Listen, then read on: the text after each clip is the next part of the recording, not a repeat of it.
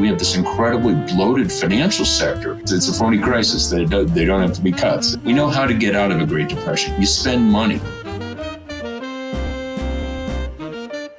If we take a look at the typical worker, they're not doing fine. Hi, I'm Dean Baker. I'm your host for Mostly Economics, and I wanted to say this is our last session for this year, this recording year.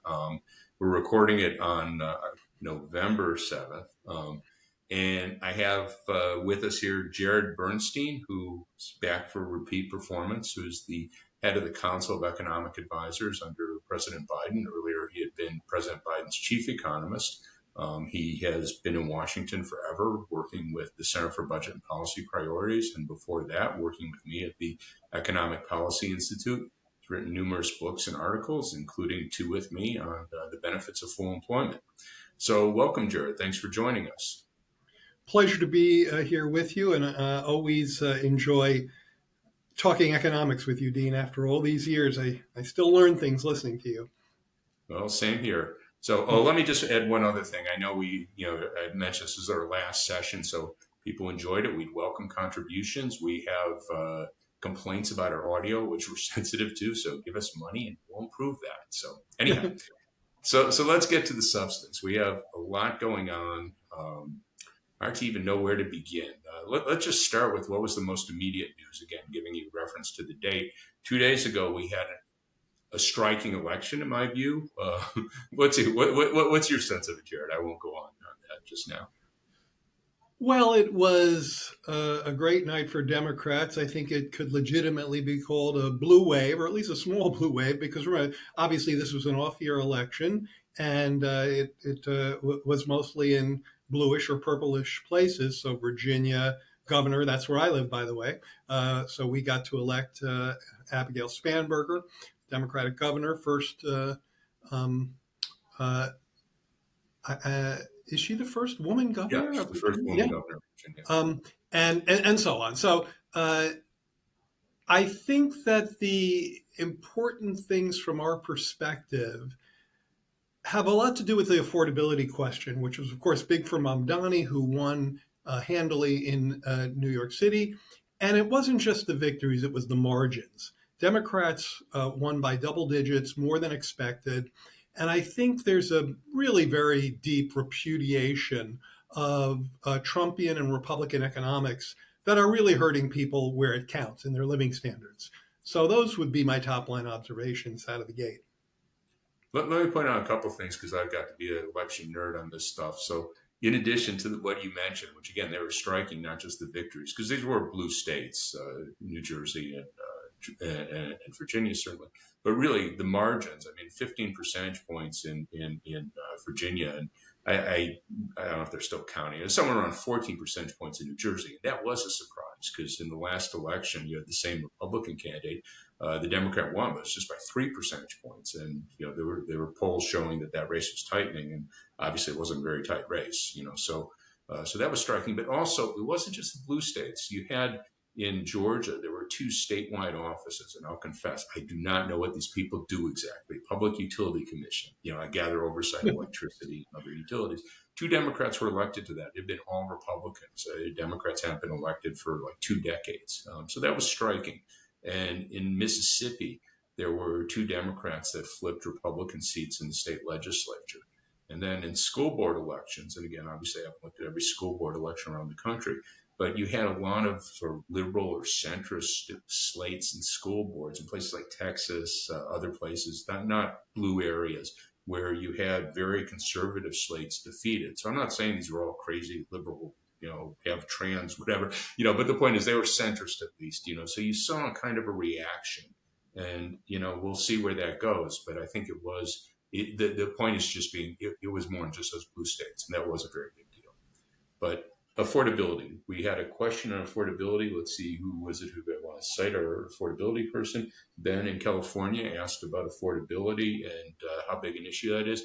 And again, I'm struck by this because he put down a number, and I think I know the data reasonably well. He put down a number that 41.2% of the public lives at a level of income less than twice the poverty level. And I was struck by that because, I think think I know the data, but if you had asked me before he sent us that, I would have said it's about a third, which is a lot, no doubt about it. But 41% is a little 41%. I looked it up, and that looks about right. So anyhow, so we do have an affordability problem. Let's just say that is correct. What do we do about it, Jared?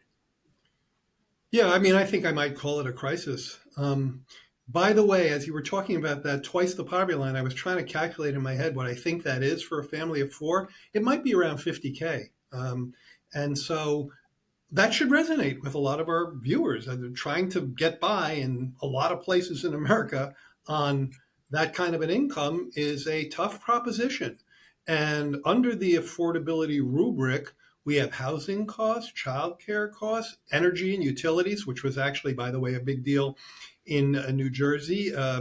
Governor-elect Sherrill ran on that. And higher education, groceries. So these are really pressing issues for people.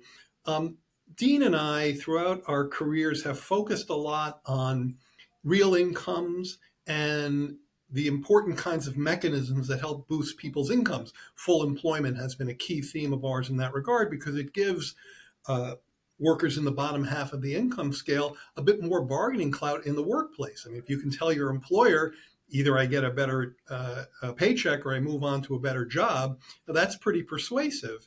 And so periods of full employment are associated with stronger income gains.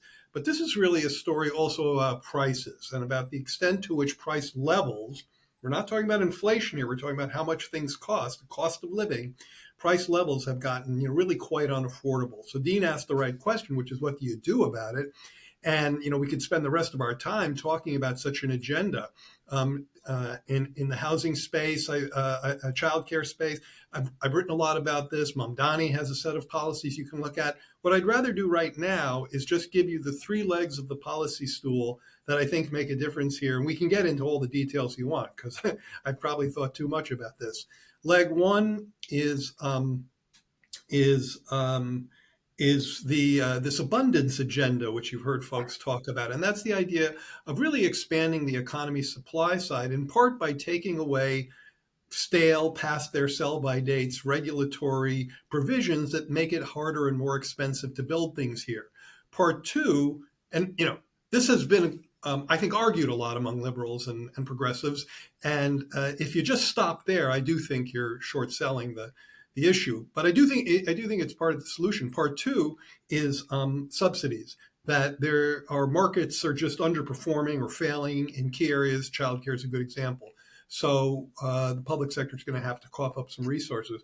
Part three, and Dean, you've written a lot about this, is just, as Dean likes to say, let's be good neoclassical economists about this and generate more competition in sectors where industrial players and their lobbies are seeking economic rents in ways that make things more expensive.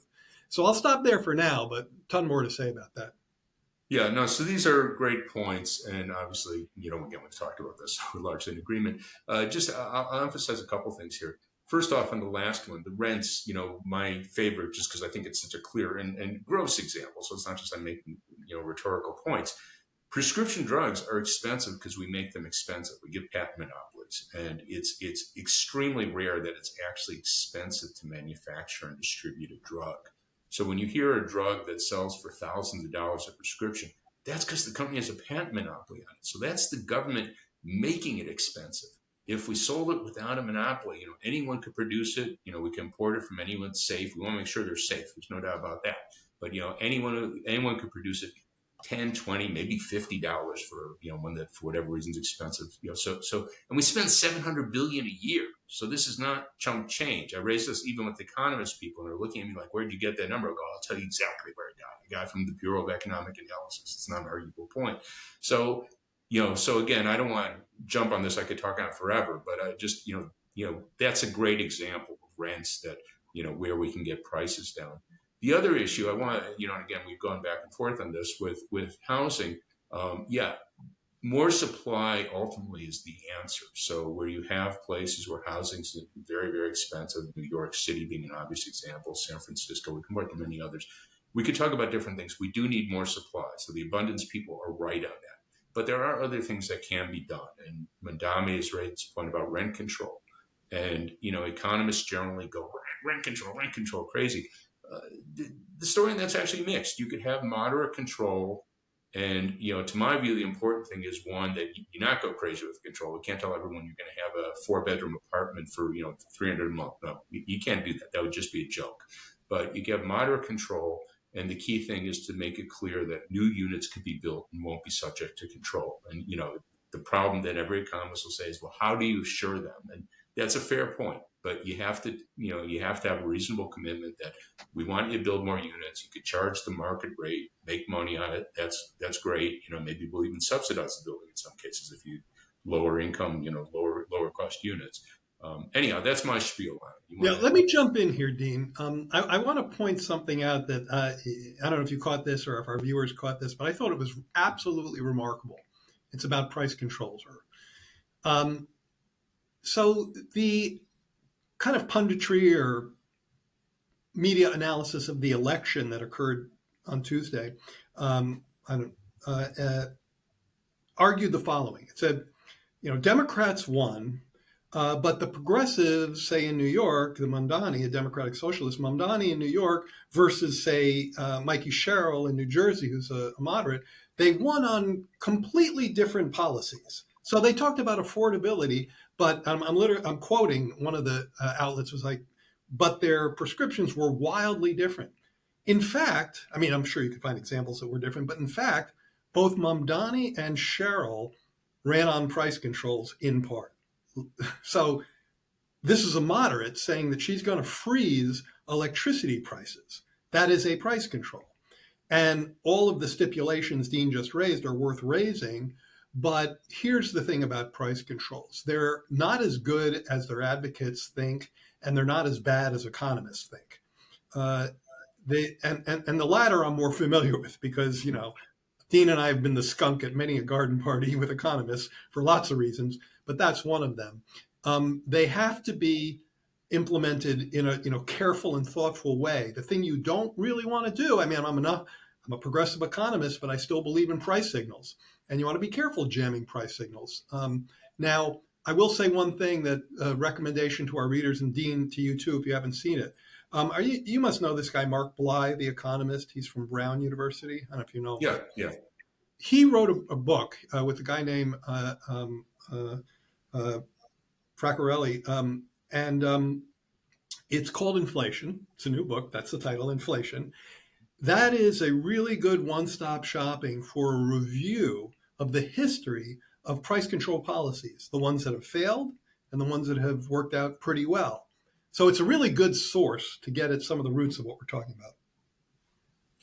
Okay, well, I want to go on to another question, but before I do that, I want to go back because you had mentioned the point about full employment. And I think, we wrote 2 books on this together. We've talked about it God knows how many times. And I think this is just tremendously underappreciated because it is a victory, not just in economic debates. It's great. We're always happy when we're in a debate with our colleagues in economics, but it's a victory for the world.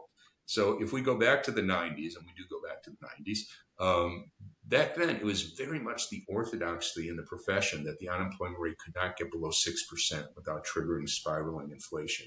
And this wasn't right-wingers. This was liberal Democrats. I pick on Janet Yellen here again. I have a lot of respect for her, a good person, good economist. But she believed that. She said that. She argued that. And you could find that. I don't think she denied it. So that was the widely held view. But we got the unemployment rate. We actually got down to 4% in the 90s, late 90s. But more importantly, you guys, and you don't get half the credit you deserve for this, you had the ambitious recovery package. And again, you took all sorts of heat for that. An ambitious recovery package just after President Biden got in office, and it sent the unemployment rate down to 4% by the end of 2021. No one thought that was possible. This is really true that no one thought it was possible. I know our current president says this, but you can look at the projections. It got down to 4%, eventually got down to 3.4%. It was under 4% for almost his whole presidency. And we saw the wage growth. We saw real wage growth. So wages were outpacing prices, and particularly at the bottom end. And there's a great analysis our old buddies at the Economic Policy Institute did. The bottom decile, bottom 10% of the income distribution, their wages outpaced inflation by 15 percentage points between 2019 and 2024. So we're not playing any games. We're going back before the pandemic. 15 percentage points. We haven't seen anything like that since the 60s.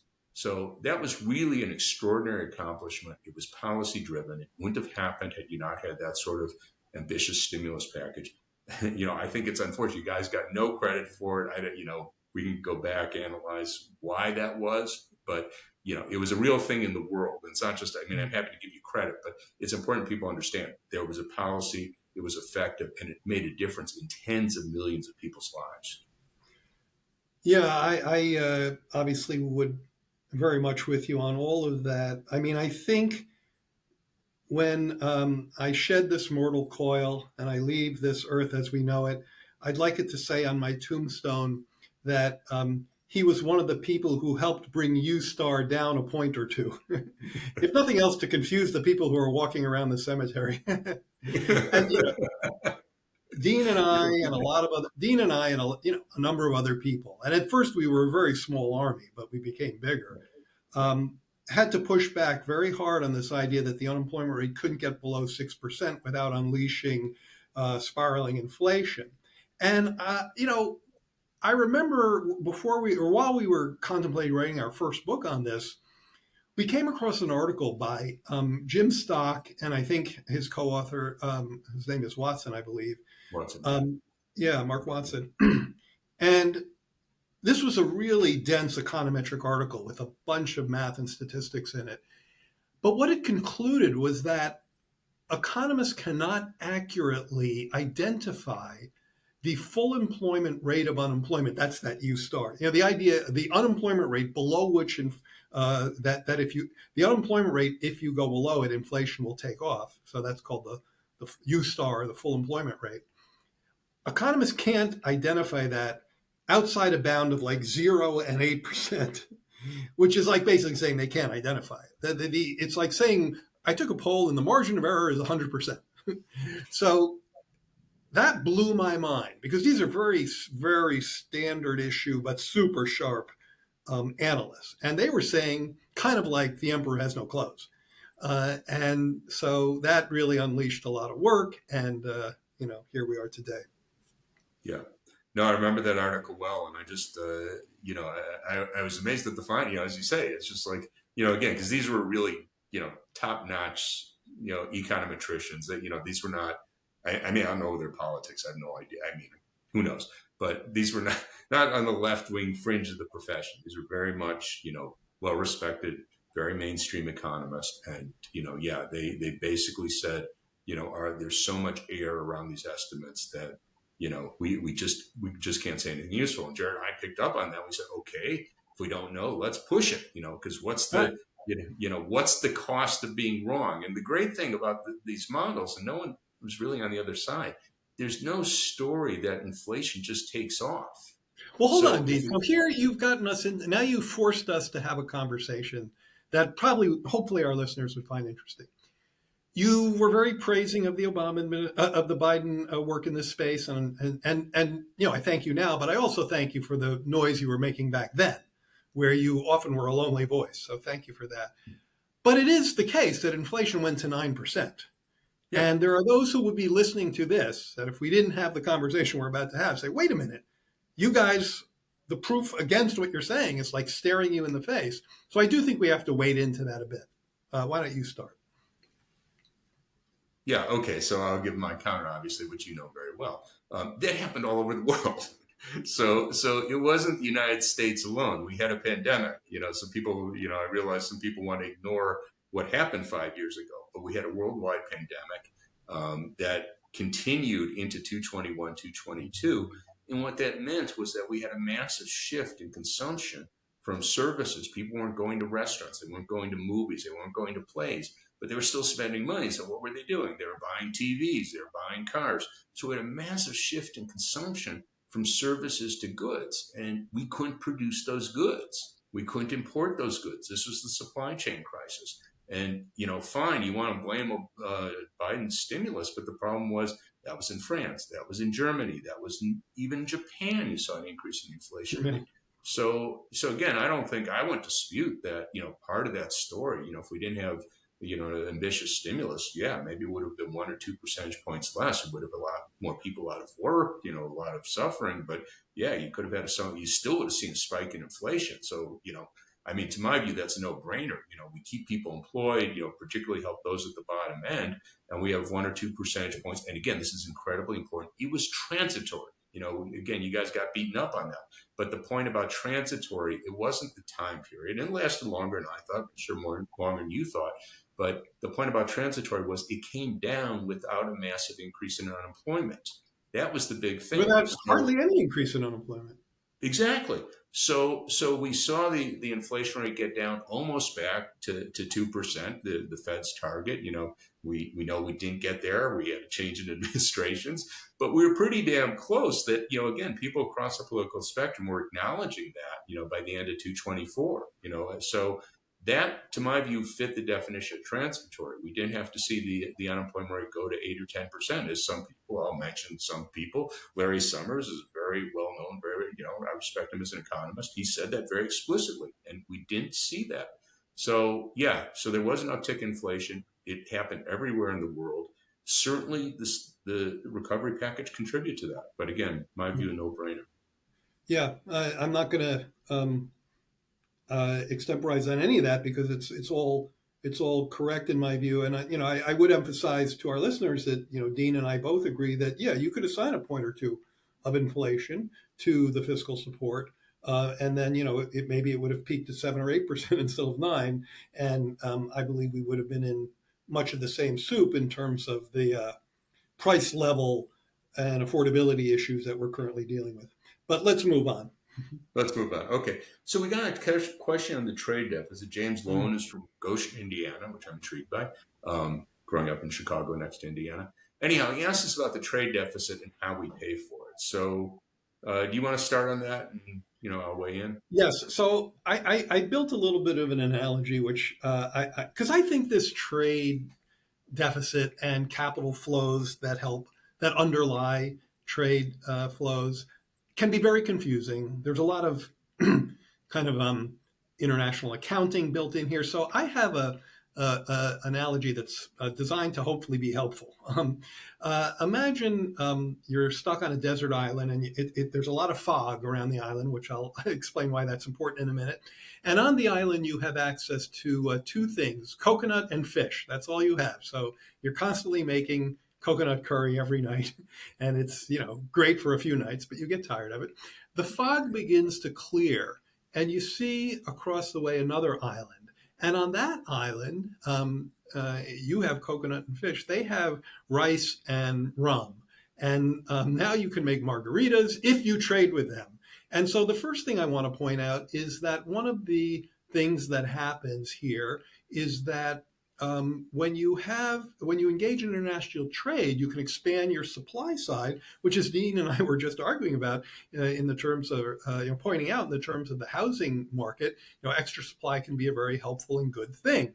That doesn't mean the trade is costless because there are displacements that we can talk about. But just at the fundamental level of answering the question, that explains trade flows. You might export some of your fish and coconut to the other island in exchange for their rice and rum. No complications there until the fog clears and there's yet another island, Island 3. And in this island, they have an excess of capital. They just happen to have a lot of dollars. Let's say these islands trade in dollars. And so now on that first island where you're stuck with just fish and coconut, you want to buy more rice and rum, but you don't have the resources. All of a sudden now you can borrow from Island 3, and import from Island 2, import your rice and rum from Island 2. And that's just a sketch of what goes on here. The idea is that the trade deficit is what happens in a country when it spends or consumes or invests more than it saves. And in order to do so, there's borrowing involved. Now, the sequencing can get tricky, and I know Dean has thoughts about that, but that's the basic outline of the question. Yeah, no, that's exactly right. I'll just add a little bit to that because I think it's important that people understand, because I think it's sometimes framed as in a misleading way. We do borrow to cover a trade deficit, but I think the causation here is often put wrongly. So let me just put it as simply as I can, I think, and hopefully get it right. That, you and I were going out there, we're looking to buy things, and some of the things we buy will be produced in the US. Some of them might get a car that's imported, we might get a television set that's imported. We're looking at the prices. Okay, and we decide based on the prices, we'd rather get a TV that was produced in Korea or Japan or wherever it might be.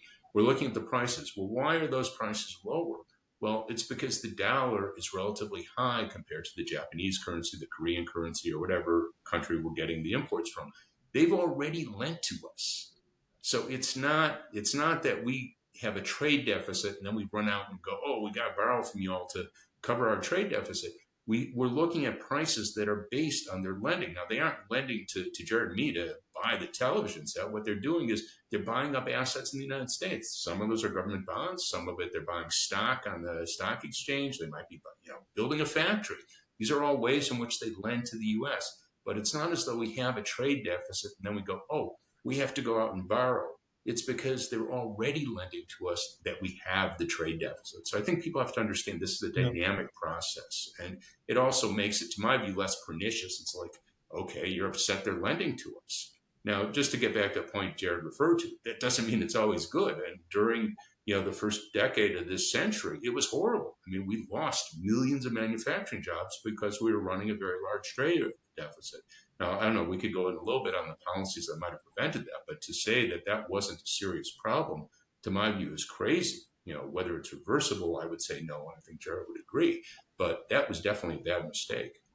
Let me say a couple of things about this issues you raised, Dean. First of all, I recently wrote a paper, which, Dean, you actually gave us some helpful comments on, with a young student at Stanford named Daniel Posthumus. And you can find this paper on the SIEPR. It's a different SIEPR, the Stanford Institute for Economic Policy, SIEPR. Their website, you'll find this paper on manufacturing productivity and job growth, which gets into a lot of the dynamics Dean just described and shows this episode in the 2000s to 2010, where you really see a tanking of manufacturing jobs and a pretty big explosion of the trade deficit. But by the way, at the same time that we've had some very large trade deficits, we've also had very low unemployment. So you have to be. There are a lot of moving parts here. I want to just emphasize one point on the about your saving investment point that you made, Dean. Because I made a correct statement earlier in terms of kind of the accounting of this, which is that if you invest more than you save, you have to borrow from abroad, you have a trade deficit. If you invest or consume more than you save, you're going to have to run a trade deficit and you'll be borrowing from abroad. That has led many economists to incorrectly say, well, all we need to do is save more and we'll be fine. We won't have a trade deficit. But if you remember Dean's scenario, that's not how it works because the causation doesn't necessarily go that direction. If a bunch of folks are borrowing, if a bunch of folks are, quote, lending to you either by borrowing your bonds or building factories there, buying stock market assets, you will have a trade deficit. So I do think those nuances are important. Yeah, that is very important. It's also ironic. Again, I do not want to try and get in Donald Trump's head because it's a dangerous place, but he's running around, I don't know what we're up to, 17 trillion, 18 trillion. I mean, this number has nothing to do with anything in the world, but he's claiming that we're going to have large amounts of foreign investment in the United States. Again, we're not going to see any, it's not even, it's not even a fairy tale. These are just nonsense numbers. But let's say there is a big inflow of foreign investment. I have no idea whether we'll see that or we won't, but that would increase our trade deficit. What that would mean is that, you're having countries that are, spending money here. They're lending us money, building a factory, whatever they might be doing. That contributes, that's lending. And that's going to be offset by, we're going to be buying things from them to build the factories. Might be a good thing. I'm not saying it's a bad thing, but that will increase the trade deficit, not reduce it. So I call it a good thing. I'm a big fan of foreign direct investment. I mean, everything up to a point, but yeah. Now, so Mr. Trump does not understand capital and current account balances, but probably not that many presidents do. But yes, he has a unique challenge there because he's espousing a view that goes exactly against what he allegedly wants to do, which is to have a lower trade deficit. So since we're on the trade deficit and, ostensibly the tariffs were, this is what the Trump administration claims and President Trump claims. We have the arguments before the Supreme Court yesterday on the tariffs. You want to give us your thoughts? Because, I know you were following. Absolutely. No, I first of all, I wrote about this on my Substack this morning, as did you, Dean. And in fact, I linked to your post. So this was yesterday. The Supreme Court argued whether the Trump administration was violating the law by implementing sweeping tariffs on the basis of a law called IEEPA, I-E-E-P-A, pronounced IEEPA, International Emergency Economic Powers Act. And the idea is that the president, Mr. Trump, declared a national emergency, in part because we have a trade deficit. Now, that's a little weird right out of the gate because we've had one since 1976, and things have just flowed along, fine or not fine. But, the trade deficit hasn't really been part of that. It's certainly not an emergency. At any rate, the argument made by the plaintiffs was that IEEPA doesn't give the president the power to introduce sweeping tariffs. In fact, the word tariff never shows up in IEEPA. And conservative justices, Gorsuch, Amy Coney Barrett, Roberts, they were all questioning the government's lawyer, pretty intensely. You could see that they were unhappy with this action of the president's, in part because of this major questions doctrine where the president does things that look pretty ambiguous in terms of his ability to do so under the law, or the president raises a boatload of taxes on people, which is supposed to be a congressional power. And I never know, and Dean, you may have a better sense of this. You're certainly the lawyer for this one. I'm probably not very good at mapping oral arguments onto what the Supreme Court decides. But at least all the analysis I've read in the paper this morning, including from close SCOTUS watchers, is that the government's in real trouble here. Yeah, that was, what I saw as well. And just to, emphasize to me, again, being a non-lawyer, but, I could read. The Constitution seems about as clear as day on this. It's literally the first power of Congress, the power to impose taxes. And it literally says customs duties. So, there's an absurd argument. I don't know. I don't know if Trump's lawyers tried to make this argument in court, but the Trump and his administration has tried to say tariffs aren't taxes. It's very clear they're taxes, and it's, as I said, in the Constitution, it's very clear these are customs duties. Those are tariffs. Those are So it's not as though there's something out there that's distinct from what's being talked about in the Constitution. And again, the conservatives on the court have always made a point of saying they're strict textualists. They look at what the Constitution says. And I don't know how you could read that and come up with a story that just says, oh, the president could just, issue these very large taxes. We're looking at somewhere around $300 billion a year. Now, some of that we're already getting. So the net change is, I think, about $280 billion. He changes the tariffs all the time. So something like that. But in any case, that's a very serious tariff. Tax, over a decade, you're looking at close to $3 trillion. So it's real money. And to just say that the president could do that unilaterally is kind of... What's interesting is that, and our viewers may enjoy this, is that, you and I have a disagreement, which, doesn't always surface around this issue. And so we should explore that. The question is so suppose we're right, and we could be wrong. The court could just decide once again to give Trump what he wants, regardless of the law. That does, need I tell you, that happens. I think the likelihood of that in this case looks lower to me, but who knows? But let's say they rule against the president. You argued this morning that that's a gift to Trump for reasons I'll let you explain. I totally agree with that point. But what I think Trump is going to do is use a bunch of other rules that he does have at his disposal to reinstate those tariffs. But why don't we have you start, and I'll tell you where we disagree. Okay, yeah, no. So Jared points out, and a number of people have made this argument, that there are a number of other provisions that give the president authority to implement tariffs in particular cases.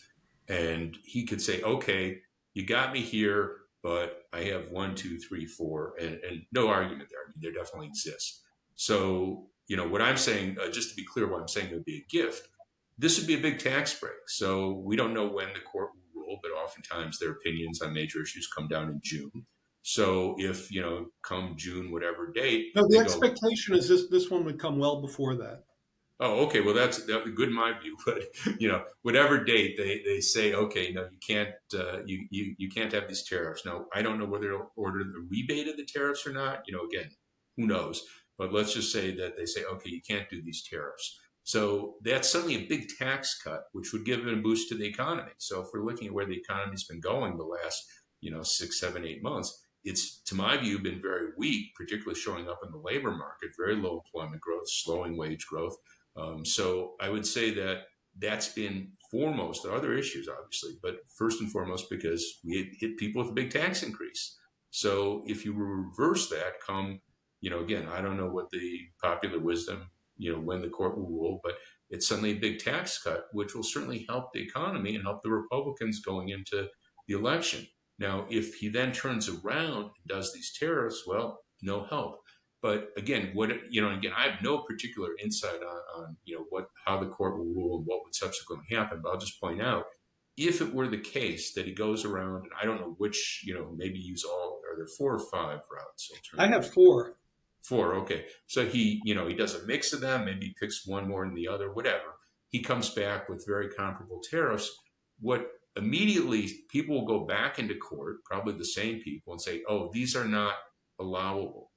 And depending on what the court's opinion was, if it's a very strong opinion, and they may not write a strong opinion, but if it's a very strong opinion saying these are very limited, you could only do these for very specific purposes, and we're going to scrutinize whether you follow those purposes.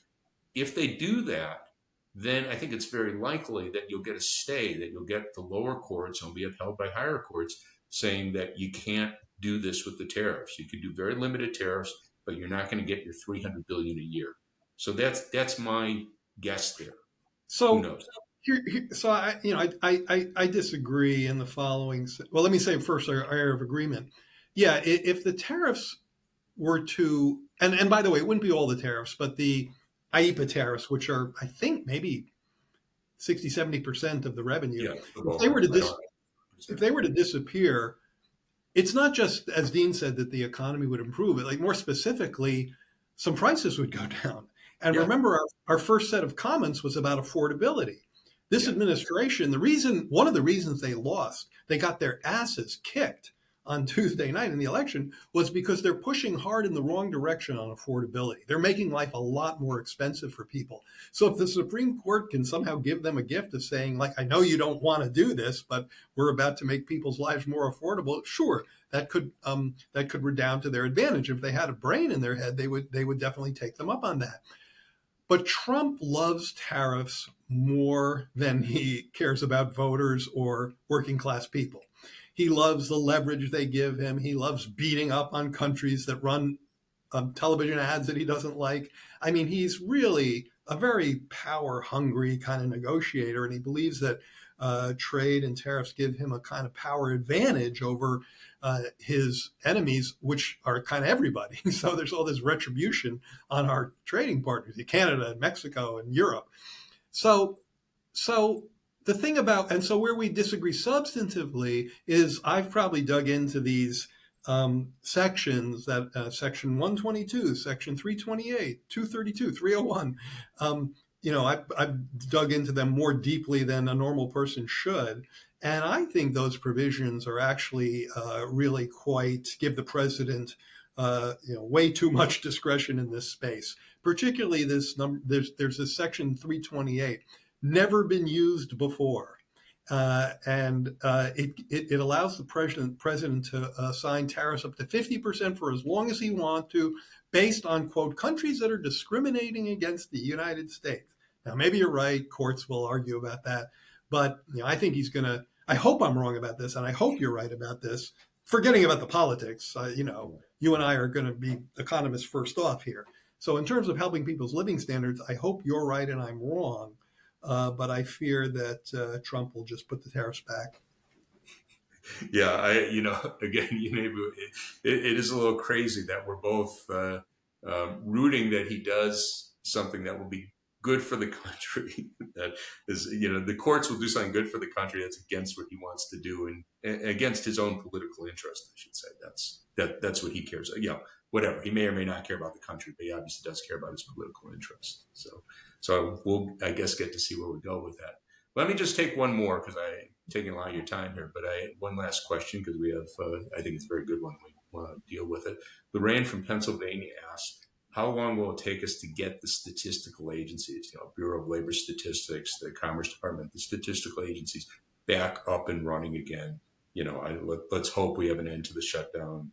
Maybe today, I don't know, whatever's realistic, but soon. So how long does it take us to get things back in order? Well, the workers come back quickly and get back to work quickly. The problem is that we've missed some surveys. So these surveys are done on the survey of take the employment report.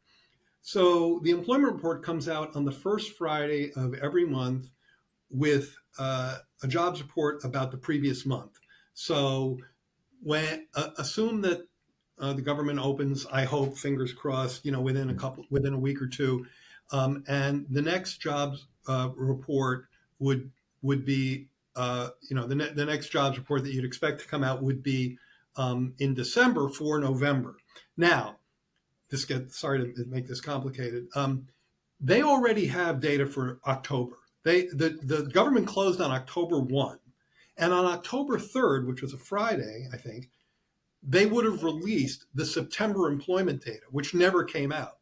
They will quickly be able to release the September employment data. That could come out a week after the government, because remember, they've collected everything. They have a few, T's to cross and dots to I, and that comes out pretty quickly. So soon after the government reopens, we should get the September employment report. But I don't know what they do about October. And same thing with the CPI, the Consumer Price Index, because they didn't run the survey. So I don't know if you have thoughts about that.